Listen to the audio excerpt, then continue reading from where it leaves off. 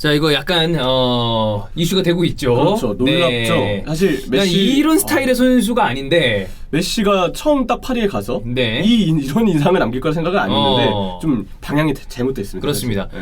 거두절미하고 이 행위는 이건 잘못된 겁니다. 그럼요. 예, 이건 아마 나중에 포체티노 인터뷰가 뭐 있겠죠. 이후에 뭐 메시도 뭐 얘기를 할지 모르겠는데 다른 걸 다 떠나서 이거는 메시가 좀 이거는 분명히 문제가 있다. 잘못됐다. 왜냐면 어느 선수도 어쨌든 감독의 어떤 지시에 있어서 불이행하고 팀 분위기를 자칫 해칠 수 있는 행동을 하면 네. 그에 대해서는 어느 선수여도 일단 비판이 먼저죠. 다만 그건 있습니다. 이런 일이 되게 안 흔한 일은 아니에요. 교체됐을 때 뭐 물통을 집어 던진다거나 굉장히 좀 과격하게 그거에 대해서 불만을 드러내는 일들은 생각보다 비일비재합니다. 근데 스타 선수들은 이런 이 행위가 있거나 이런 일이 있으면 더 많은 언론들이 주목을 하죠. 그렇죠. 이런 경우는 되게 많은 거지만 어쨌든 메시가 이런 행위를 그 이전에 했었던 게 별로 기억이 안 나고 또 워낙에 메시의 파리 생제르맹 이적 이후에 여러 가지 행보들이 다 주목을 받고 있기 때문에 더 이야기가 나온 게 아닌가라는 생각이 듭니다. 어쨌든 메시는 파르크 데 프랑스에서 데뷔전을 가졌습니다. 그쵸. 그 이전의 경기들에서는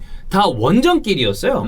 리그 원정 랭스에서는 이제 교체 투입이 됐고 그다음에 클럽 브리에 이거는 이제 1대1 무승부가 되면서 이제 많은 팬들에게 좀 욕을 먹었죠. 네. 올 시즌 파리가 어떤 상태인지를 보여줬죠. 네. 중원에서 퍼포먼스가 너무 안 좋아요. 중원이 너무 안 좋아요. 네. 물론 사실 파리의 중원이 베라티가 있고 없고의 차이가 많이 큰 팀이긴 하지만 그래도 이거는 포체티노가 조금 더 다듬어야 되지 않나. 베이나둠이 주사위를 영국에 두고 왔어요.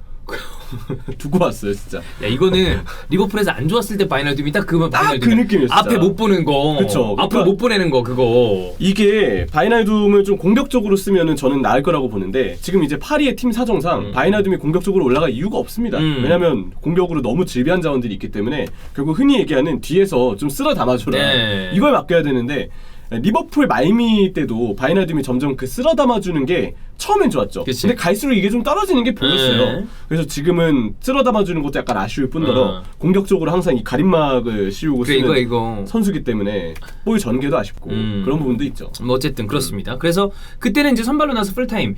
근데 이제 홈구장에서는 처음으로 데뷔전을 가졌단 말이에요. 그렇죠. 이적 후의 첫 홈 경기였습니다.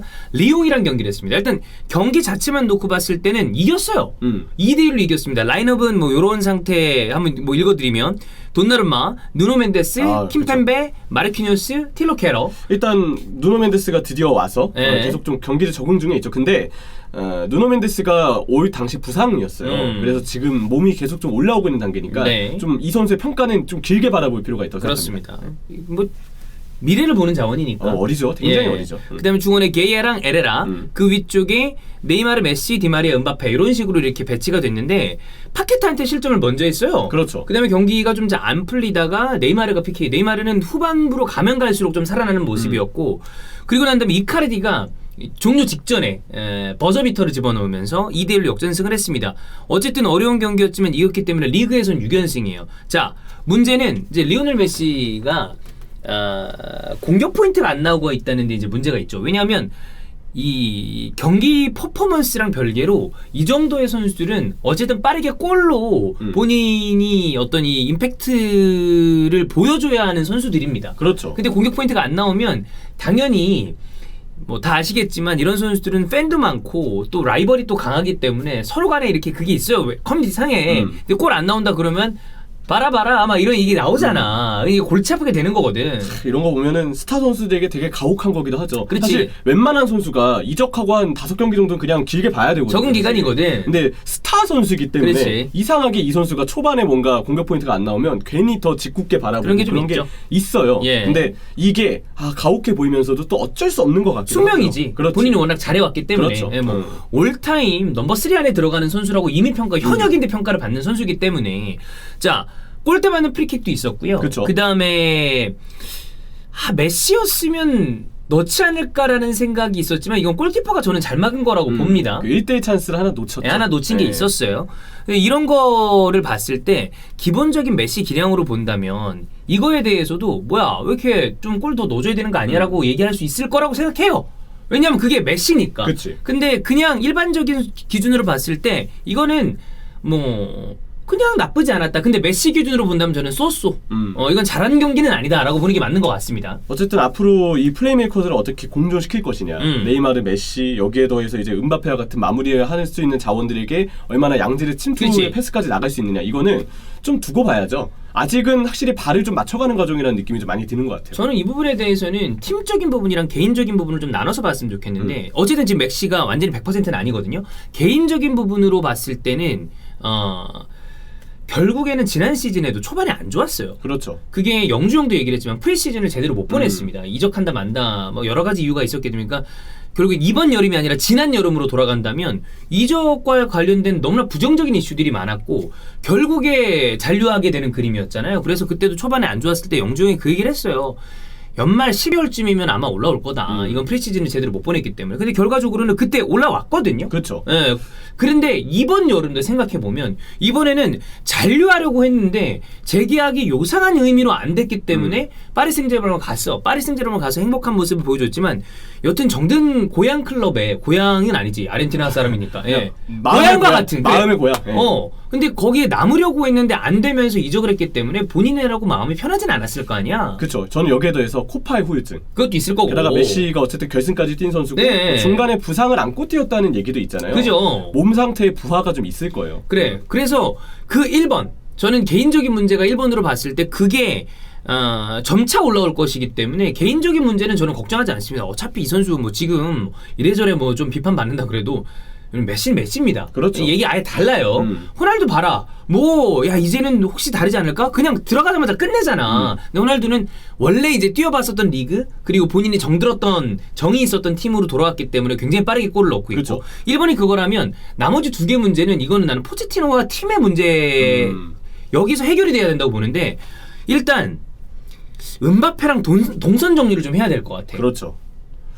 음바페도 왼쪽으로 빠져서 좀 볼을 직접 몰고 들어가서 직접 마무리를 하려는 스타일이 많은데 그럴 경우에는 네이마르가 왼쪽에 넓게 가기보다는 중앙 쪽으로 들어야 되고 이거는 또 메시하고 어떻게 동선 배분이 나오느냐. 그렇지. 저는 음바페와 네이마르 다 그냥 포함된다고 생각해요. 예. 그리고 음바페에 따라서 좀 연쇄 작용이 되는 부분도 있고. 그러니까 그게 있는 것 같아요.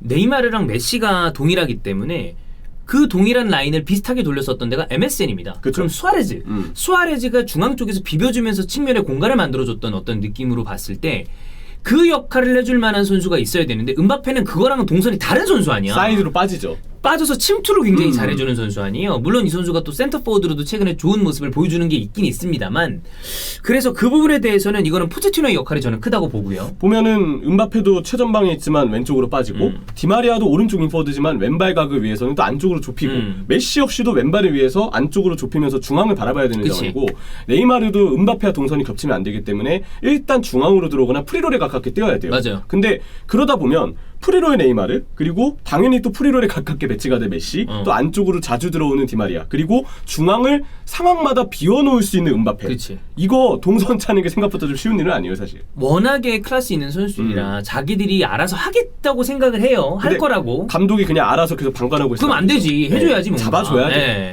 그리고 아까 형철이도 얘기했지만 중원 밸런스가 지금 좋지 않기 때문에 이 부분은 베라티가 들어오면서 해결해줄 부분도 있지만 이것도 역시 이거는 저는 포체티노가 잘해야 되는 겁니다. 포체티노가 지금까지 봤을 때 사실 영 만족스럽진 않은 게 사실이거든. 그렇죠. 게다가 올 시즌 파리 생제르맹이 무실점 경기가 제가 기억하기로 2경기밖에 안 될 거예요. 그 2경기 무실점도 되게 겨우겨우 했던 무실점이거든요. 네. 그러니까 밸런스도 지금 불안하고 중원을 거쳐서 빌드업을 하는 방식도 너무 측면 위주의 공격이 아니냐. 또 억지로 중앙 쪽을 뭔가 숫자를 늘려서 공격을 하려고 하는데 빌드업에 짜여진 짜임새가 너무 부족하다. 그치. 그러니까 지금 공격진의 동선, 미드필드의 어떤 빌드업 역량, 팀의 전반적인 공수 밸런스 포체티노가 어깨에 짊어진 부담이 너무 많은 건 알겠는데 맞아. 그래도 해야 돼. 그래도 해야 돼요. 그럼. 그리고 지금까지는 사실 실망스럽습니다. 맞아요. 네. 좀 어려운 게 사실입니다. 자, 근데 이거랑 별개로 76분에 메시랑 하키미를 포체티노가 교체를 했어요. 근데 그 상황을 좀 이제 보셨겠지만 포체티노가 이제 악수를 해줄 이게 있었어. 있었죠. 근데 이제 메시가 쓱 왔을 때 메시가 쓱 지나가요. 그러니까 메시가 이렇게 메시도 쓱 보고 가고 포체티노가 딱 쳐다보는 표정이 뭐였냐면 야 아르헨티나 형이야 이러면서 보더라고. 근데 메시 그냥 쓱 지나갔어요. 그렇죠. 그리고 그 메시 표정도 굉장히 언짢은 표정이었고 포체티노도 뭐지 이거? 이러면서 봤단 말이야. 이게 좀 말이 나올 수 있는 건 네. 아르헨티나의 일단 먼저 선수였다는 점도 당연히 있겠지만 포체티노가 파리의 주장 출신이에요. 그치.